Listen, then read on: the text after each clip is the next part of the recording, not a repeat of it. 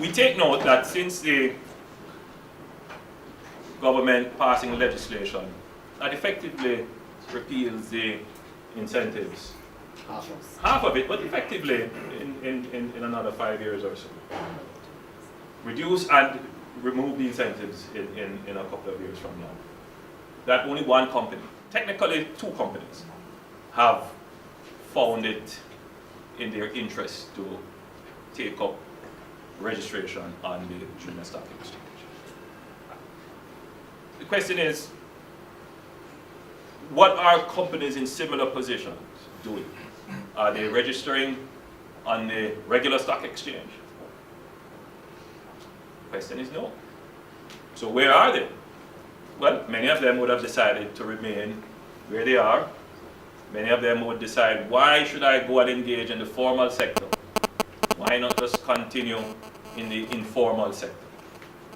And so the question of growth and the seriousness of the government's intentions towards growth comes in for serious scrutiny.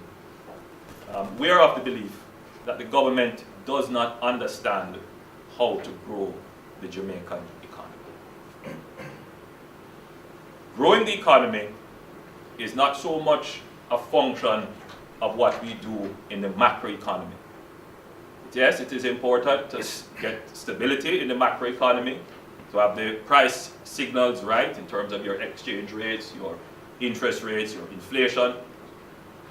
But it is more important for the government to get on the shop floor and do the important things that will attract entrepreneurs to take risks, make investments, develop new technologies, innovate, and bring new products to market.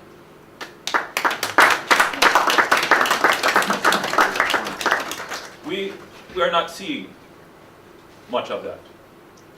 So if you ask, how does the Jamaica Labour Party sees itself in government and its role in creating growth?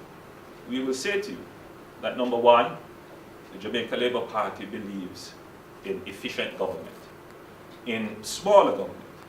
And that means that we will have to look at government and transfer much of the service and production that government now controls into the hands of the private sector. Growth is a private sector-led phenomenon.